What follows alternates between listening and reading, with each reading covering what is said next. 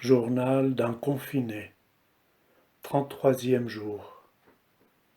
Pour vous, avec vous, au même niveau que vous tous, chers confinés, chers vous tous que je ne connais pas, mais que je sens malgré tout si proches, unis par une ressemblance qui me saute aux yeux avec une acuité particulière, une ressemblance qui me bouleverse. Je me sens proche de vous. Moi qui vivais dans un éloignement généralisé, un éloignement camouflé par des fausses convivialités, des faux sourires, embrassades et manifestations soi-disant chaleureuses. Je tiens encore ce matin le petit crayon pour honorer la venue des mots qui me surprennent toujours. Pour vous tous, si semblables, si ignorants et savants, si vulnérables et forts, si aimants et détestables, j'ai une pensée particulière ce matin, alors que je me tiens derrière la fenêtre.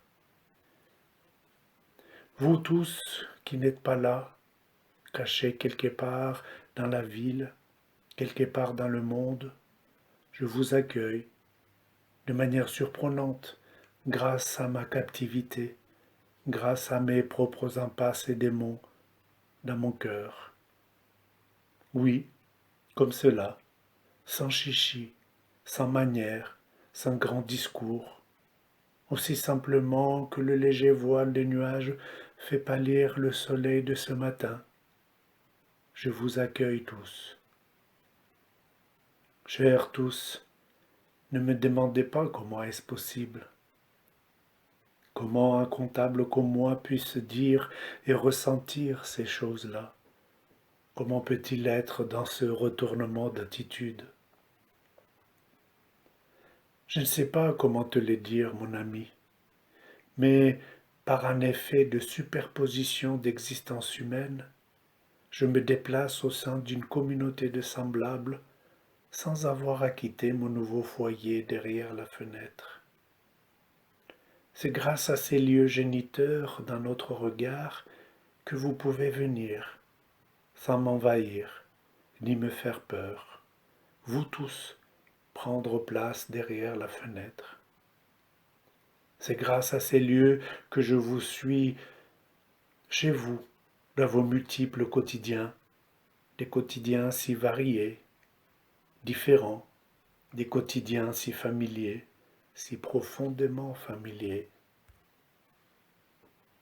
Alors que je me sens entièrement être dans cet appartement, dans le déploiement d'un ordinaire qui dit l'histoire d'un comptable confiné, parmi tant d'autres, en même temps, dans le même mouvement, dans le même va-et-vient de la respiration, je me sens appartenir à ce que vous êtes, à ce que vous faites. Je me sens parcourir les traces de la vie de chacun, sentir les sillons individuels qui serpentent l'univers du vivant, qui se croisent, se recroisent, s'approchent et s'éloignent, se choquent et s'ajoignent, sans qu'aucune barrière n'entrave mon voyage. Tout cela se tient, une toile humaine se déplie toujours, sans craindre les déchirures, jusqu'aux confins de l'horizon. Des liens nous offrent le fond de nos vies particulières, là où la singularité de chacun prend naissance, sous la lumière, et fièrement s'en va, et humblement parcourt d'innombrables champs de l'existence humaine. Je m'égare peut-être suivant les mots trop vastes pour moi. Je m'égare peut-être dans des discours universalistes et autres généralités de ce genre qui m'ont toujours fait plus de mal que de bien. Je ne te parle pas ici d'une théorie, d'une religion ou d'une idéologie, j'en serais incapable, mais d'une présence singulière qui a lieu ce matin, qui a lieu au moment où j'écris ce journal, où je me tiens là, et partout à la fois, sans effort aucun, dans un abandon de quoi que ce soit, où je me tiens dedans et dehors dans un même mouvement, dans un même temps qui se dilate, qui me donne des ailes et un ancrage.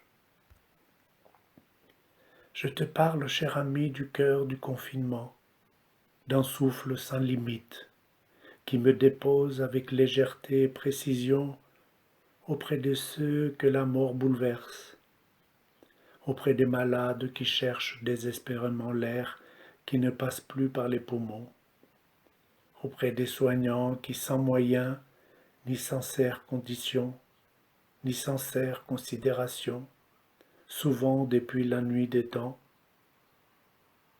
savent toujours comment accomplir malgré tout l'acte salvateur du soin. Auprès des invisibles qui nous font vivre, nous autres prisonniers, ces invisibles qui osent humblement lever les yeux vers la lumière, qui savent, au fond d'eux, qu'ils seront toujours et partout les oubliés de l'histoire. Auprès de tous les confinés pris par l'arrêt du monde, cet arrêt qui dit l'inquiétude et le temps assassin, c'est lui qui n'a plus de fin. Je te parle, cher ami, du cœur du confinement, d'un souffle sans limite qui me dépose avec gravité loin, très loin, des faux dirigeants qui ne représentent plus rien, si ce n'est eux-mêmes, qui n'œuvrent pas, qui n'œuvrent que pour détruire, appauvrir ce qui est vivant, qui se détruisent eux-mêmes devenant des outils d'une gestion de chiffres, devenant des passeurs vers le grand désert, là où l'humanité ne se distingue plus des grains de sable. Je te parle, cher ami, des porte-drapeaux de la grande comptabilité qui doivent tout faire, par tous les temps, par tous les moyens, pour obtenir des résultats positifs et effacer, quoi qu'il en coûte, les résultats négatifs. Je te parle, cher ami, de moi, de toi et de tous les autres petits, insignifiants, complètement imbibés d'envie, d'avidité, d'individualité, devenus marchandises du supermarché. Je te parle de nous tous, cher ami, qui entretenons l'obscure humanité, pourvu que nous ne soyons pas dérangés, pourvu que nous soyons protégés de tout et de tous, quel qu'en soit le prix. Quel est ton prix, mon ami?